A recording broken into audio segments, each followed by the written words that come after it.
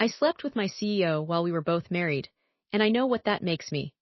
The comments section already wrote me off as another mid-level click who believed she was exceptional.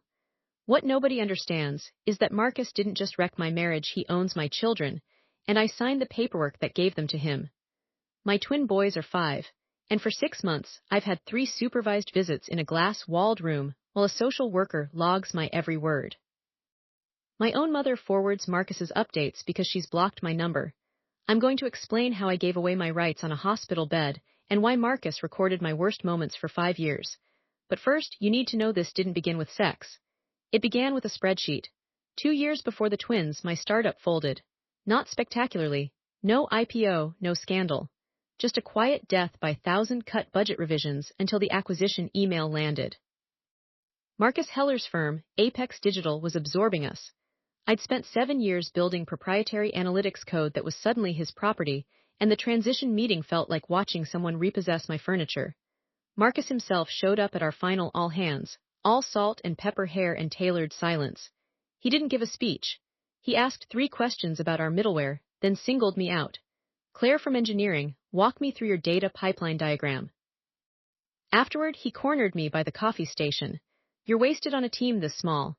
I'll need you in the integration unit. David, my husband, barely looked up from his own layoff panic when I told him. He was too busy refreshing his LinkedIn to notice I'd been noticed. Marcus scheduled a one-on-one dinner to map the knowledge transfer. I told David it was a mandatory onboarding protocol.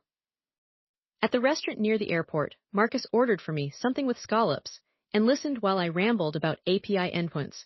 He leaned forward when I explained how I'd optimized our ETL process. That's the kind of thinking I keep, he said, and his knee brushed mine under the table. I shifted away, but he didn't apologize. Instead, he asked why someone with my architecture skills had stayed at a company that paid in promises. I blamed loyalty. He called that a liability. When he dropped me at my car, he handed me a corporate credit card. For integration expenses, he said, "Don't tell HR. I should have logged it. I pocketed it instead." The next week, Marcus put me in front of the executive steering committee. I presented our system architecture while he sat at the head of the table, never taking his eyes off me. After, he sent a bottle of champagne to my hotel room.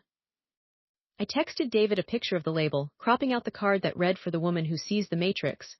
David replied, "Nice perk." I didn't tell him Marcus had started texting me at midnight about database schemas.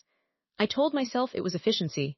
Marcus treated my mind like a valuable asset, which was more than my husband had done in years. When Marcus overnighted a bracelet to my office, white gold, understated, I stared at it for an hour. Jenna from product stopped by my desk.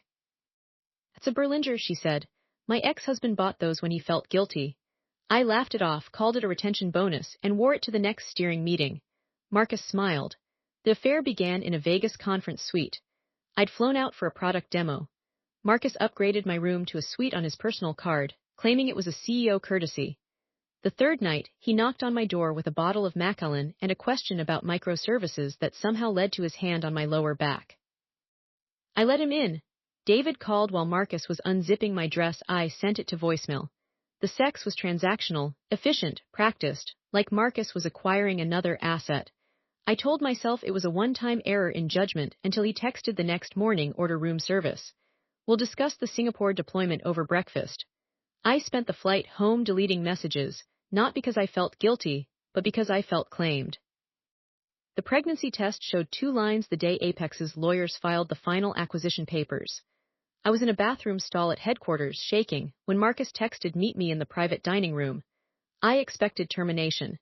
He opened a bottle of sparkling water, not champagne, and said, "I already spoke with my attorney. We'll handle this properly." Handle, he meant keep. When I mentioned my husband, Marcus waved his hand.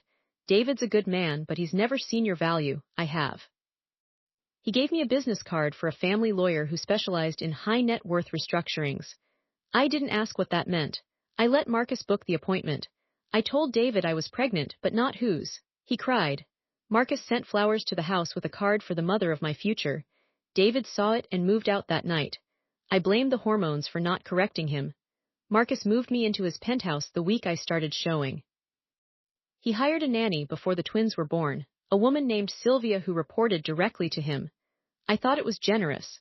He put the title of the Range Rover in my name, then added himself as co-signer. I thought it was romantic. When he asked me to sign a cohabitation agreement while I was on bed rest for preeclampsia, he said it was to protect the boys' inheritance. I signed where the tabs were, my feet swollen, my brain foggy from magnesium drips. I remember him filming me on his phone. Smile, he said, for the records. I thought he meant memories, he meant evidence. The twins arrived early emergency C-section.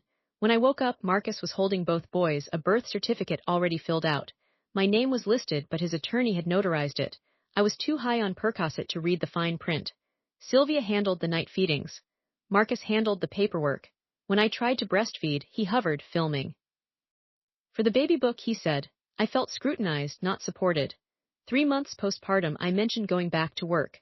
Marcus laughed, you work for me, the boys need you. He'd already removed me from Apex's org chart.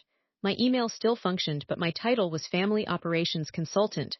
I had no salary, no equity, just an allowance he deposited monthly. That's when I realized I'd been acquired, not partnered. I started drinking wine after the boys were down. Just a glass, then two. Sylvia reported it. Marcus installed cameras to monitor the twins during naps, but they were in every room except the bathrooms. I caught him watching live feeds on his iPad during dinner. Security, he said. I stopped arguing. When Jenna texted to ask if I was okay, she'd seen a photo of me looking thin at the playground. I replied instantly, thriving. Marcus saw the message flash on my phone. He didn't ask who it was. He simply removed my SIM card that night and replaced it with a new number. Fewer distractions, he said. I had to ask permission to call my mother. The supervised visits began after I filed for separation. I thought the law would protect me. Marcus's attorney, my attorney too, it turned out, since I'd signed a conflict waiver in that hospital bed, explained I'd agreed to binding arbitration and full custodial authority vested in Marcus. The paperwork I'd signed gave him sole decision-making power if we separated. I'd initialed next to every clause. There was video of me doing it, lucid and smiling. The judge called it a private family arrangement and refused to intervene. My mother testified that Marcus had sent her clips of my episodes, me crying after the boys called Sylvia Mama, me shouting at Marcus when he canceled my credit card. He'd been editing my reality for years, and I'd performed the role perfectly. Marcus texts me photos of the twins every Tuesday. In them, Sylvia is always in the background, holding their hands, wiping their noses. He captions them boys are thriving. Last week, he added a new one, Sylvia's been wonderful. I looked her up. She's registered as a domestic partner on Marcus's taxes now. The final custody hearing is in 3 months, and my new lawyer, paid for by barista wages and a GoFundMe my college roommate started, says the videos make me look unstable. I can't prove coercion. I can only prove consent. I signed, I smiled, I let him direct every scene. The boys call her Mama Sylvia now, and Marcus is right. I handed him the script, the stage, and the audience. What I'm learning, between pulling espresso shots and saving for a retainer, is that acquisition is only permanent if you stop building something of your own. I'm not the woman in those videos anymore. And Marcus is about to find out that ghosts can still sue.